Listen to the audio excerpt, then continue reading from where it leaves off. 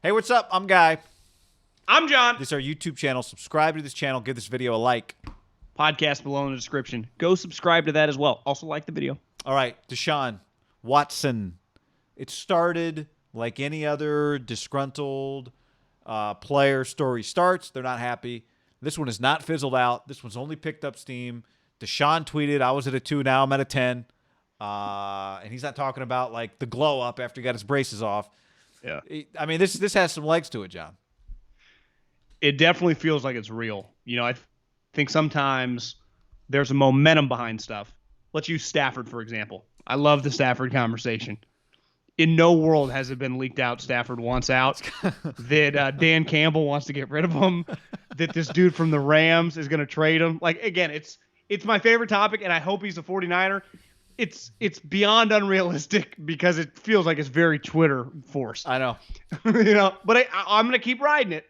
This one, to me, is like more than legs. I mean, Schefter continues out with stories. There is a assault, as Schefter once said, on Jack Easterby and the ownership there in the Texans. Like right now, to me, we've seen it before. The Niners have been in this when they've had the target on their back, and it just people come. Yep. And they are firing. And there are clearly some edgy people out there, some pissed off people, and they're coming. And I think Deshaun is one of those, not necessarily like he's like a scorned lover like maybe Bill or one of his former staffers is, but he's just pissed off at the situation. And it does feel like, I mean, guy, Mortensen or Schefter wrote today, like there's a chance he's played his last snap in Houston. Like I just don't think that stuff's getting random. That has not been said about Matt Stafford or Matt Ryan or any of these other trades we're talking about. This one does. I wouldn't even call it an NBA vibe because I think he just thinks, you guys, this place is so fucked up. And in fairness to Deshaun, he's seen greatness, right? He was at Clemson when, like, he knows what just high-level shit looks like. He's a high-level guy. I think he just wants off the boat. He's thinking, like, let me jump away. Yeah. But he has to be traded. It is a little complicated, right? Yeah. He's not in full control, but he can – I do think he could force his way out a little bit, for sure. Yeah, I mean, what's he willing to do? It helps him that – I think it does help him, right, that the organization's turning over, Nick Caserio coming in, don't have a first-round pick. Like, it helps him that you could view this as a situation where if you're Nick Caserio, I wouldn't do it. Or second. Wouldn't do it. Or second. But, you understand, like, okay, fresh start. I think it doesn't hurt. The Houston Texans play where? Houston. The Houston Rockets also play there. And say what you want about James Harden, whether he was right or wrong, the recipe is pretty simple, right? You just make it impossible for them to keep you around. They can't keep you around. Now, in fairness to Deshaun, he hasn't shown up out of shape. Yeah, it is. It is unfair to compare him. Well, was he just bloated because he lost like 5 pounds? You see the pictures? Or 20 pounds? That's pretty crazy how that worked. I know. It's maybe it was I don't know. Maybe he was wearing like an extra layer underneath like they do in the movies, like a fake pregnant baby thing. But yeah. It's out there. I mean, is there some element to this where, we look back and go, Bill O'Brien, Deshaun might have hated him, and maybe rightfully so. We don't really know. But the guy, 7 years, was over 500, the Houston Texans. Like, maybe Bill O'Brien was not the dysfunctional part of that organization. Maybe he was. Maybe he was, and it was, and the fact that the organization was dysfunctional allowed for the Bill O'Brien situation. Once you trade DeAndre Hopkins, I could understand how you're pretty upset if you're Deshaun Watson. But the fact is, what we're getting at is this does feel real. It does feel like maybe there's a path. And then, like, there's a story that pops up that the Texans have been thinking about what they could get for him. Like, they're open to listening. Please call us. Let me read you the line from Schefter's story. One source told ESPN's Sarah Barshop, never heard of her, but she's in on some stories, that the Texans have had internal conversations about possible trade partners and what their quarterback position would look like in the future without Watson. And you go, well, I think even sometimes you'd be like, that's probably not true. You go, it's the dude from the Patriots. They're pretty ruthless. It is believable, right? You go, most ruthless organization, probably ever, hires one of his minions that was with Belichick, I don't know, 20 years? The dude has been there since 2002. Every one of those, like everything we talk about Belichick ruthless, the motherfuckers had an office there. So say what you want, like, I know he's only been kind of the right-hand man for like the last decade, but I've been in these buildings. The Patriots have a small staff to begin with. If you're just inside, and you're in the mix. Like you just kind of start getting it, right? Yeah, yeah. And by the mid 2000s guy, he was like a position coach. This guy has seen it all.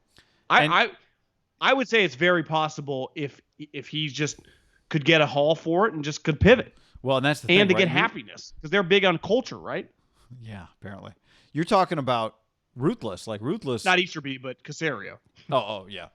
Ruthless is like, you might just be getting rid of a guy when you don't get anything back. This is something else entirely because of what you said. I mean, Daniel Jeremiah tweeted the Jets could send him 3 first-round picks because the Jets have, 5 first-round picks over the next 3 years, so they could easily send 3 of them. Obviously, yeah. Miami, there's been all the – Miami keeps coming up because Deshaun apparently likes what they're doing, what Flores is doing, and he loves the idea of no state income tax. I mean, it's hard to go from a no income tax state to an income tax state if you're Deshaun. It's where on the Niners he might be like, Can I fly in from Reno? Is there an island that belongs to some other state nearby that I can live on? Well, in what world, if you were making that type of money, would you be cool with going from 0 to 13%? Like, that's a large chunk of money on a lot of money. Especially when you have other options, right? Especially when you can look at Miami and say, this is where I think it's really hard for the Niners. To me, it's hard for the Niners on almost every front. It's hard for the Niners on – they're not the only place that could use a quarterback that Deshaun would want to go. Like, the one thing where it works for the Niners is Deshaun could look at Kyle Shanahan and say, I'd like to play for that guy, right? That's reasonable. But yes. He could look at Robert Saleh and think that, I guess. He could look at the Dolphins and think that. And he's got a no-trade clause, which makes it easier for him to dictate terms like Trent Williams did when Washington wanted to trade him to Minnesota and he's wanted to go to the 49ers, whatever. Are you trading him into the AFC? I know you got to take the best offer, but I mean you got to take the best offer that you got to get the best offer. I know you don't want to do that, but you're so far away. I don't know. You know what I mean? Like, if you're the Texans, you're not competing for the championship next year. No. Maybe Belichick's I don't think the Niners have no shot against Miami or the Jets. Well, those two teams get involved. They don't have the picks, right? Well, no. Because Miami can send Houston back their pick, and the Jets have the second pick. So the Niners, if everyone put their picks on the table, if everyone agreed 3 1s and 2 2s, the Niners' picks aren't as good. No. And again, Deshaun, if he can kind of control this, I also think when you're Miami or the Jets and you do 3 1s, it's easier to stomach knowing you still have other ones. I think with the Niners, there's like trepidation in that one. You're like, is this crazy? Couldn't we just find a guy in the draft like Kyle? That I get back to, I have a hard time closing my eyes and envisioning them. And when I think of the Belichick guys go out and not in. Like they're not on the other end of the trade. They're sending Chandler Jones for a second. They're sending Mankins for picks. They're getting Richard Seymour. And I do think last year the Kyle showed he did that for Buckner. And I do wonder, and I know it's like you got to do it if you got the shot. I don't know if that's always true. And I know this guy's young and I really like him. And we're assuming that he'd want to come to the Niners now based on these other teams. And that's not – I don't think we can assume that because he does control the process. I think it's fair to say that he'd be crazy if he didn't want to come if they wanted him. But I have a hard time seeing Shanahan doing that type move for a guy who's already under contract. Contract hasn't even kicked in. I mean, already under a massive contract. Contract technically hasn't kicked in yet.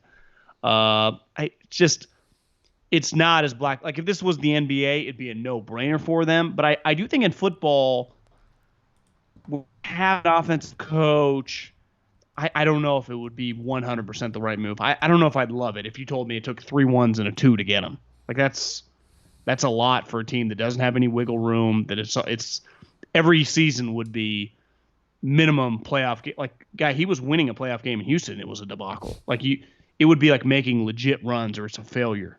Yeah. I mean, it would be pretty intense that way because your margin for error moving forward would be slim. Here's the other one. If I'm Deshaun, this one I'm watching the game Sunday thinking about this.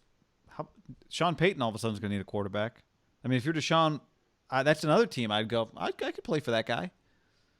I'm not sure what Louisiana state income tax is, and their picks suck. Yeah, but if you control the process to some degree. Yeah. He has too many places that make sense, which is the case when you're really good. The one thing the Niners and the Dolphins do offer is a quarterback coming back. And depending on who the coach is for the Texans, just them and the Eagles don't have a coach. I think it's fair to say that it's a very good chance that it's Brian Daboll or Josh McDaniels. Both those two guys have connections to Jimmy. Yeah. And I would say both those two guys, definitely Josh. I mean, Caserio is going to have an opinion, would have an opinion on Tua. So there is something of like, you just need a quarterback. Dable's Dable would be like, so my guy that I just coached had that arm, and you want me to coach one of these guys? Yeah, I mean, that's kind of what it feels like it's trending to. If he gets traded, like, I would imagine he goes to Miami. That's another element, right? I do not envision the Niners getting him. If you're Dable, maybe part of your job is like, hey man, I'm gonna come talk to you, Deshaun. So I'm gonna spend all my time talking about that hypothetical Matt Stafford. What's funny, my neighbor asked me about Deshaun today. He's like, hey man, what's going on with Deshaun Watson? And I didn't even think about it till you said it.